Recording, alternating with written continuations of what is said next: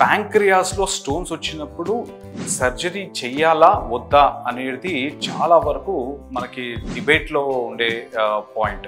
ప్యాంక్రియాస్లో stones ఉన్నప్పుడు, main గొట్టంలో stones ఉన్నప్పుడు క్లోమ గ్రంథి నుంచి వచ్చే జ్యూస్ని బ్లాక్ చేస్తుంది. అలా బ్లాక్ చేసే క్రమంలో ప్యాంక్రియాస్ హెడ్ అంటే ప్యాంక్రియాస్ తల భాగంలో బ్లాక్ చేస్తే దాని బాడీ భాగంలో, దాని తోక భాగంలో వాపు వచ్చేస్తుంది. వాపు వచ్చి విపరీతమైన నొప్పి అవుతుంది. ఫర్దర్గా ఏమవుతుంది, అలా అయినప్పుడు పంతనం అనేది తగ్గిపోతుంది. తగ్గిపోయినప్పుడు దానికి వచ్చేది తినే ఆహారము జీర్ణం కాకపోవడము, మోషన్స్ అనేది జిగురు లాగా రావటము, లేదా ఆయిల్ లాగా ఫీల్ అవటము, అండ్ డయాబెటీస్ షుగర్ వచ్చే ఛాన్సెస్ హైగా ఉంటుంది. కడుపులోని పై భాగంలో నొప్పి రావటము, అది వీపు వైపు పాకడం లాంటిది, వీపు కూడా నడుము నొప్పి లాంటిది, ఆ పైన ఛాతీ కింద వీపు భాగంలో నొప్పి రావటం అనేది అవుతుంటుంది.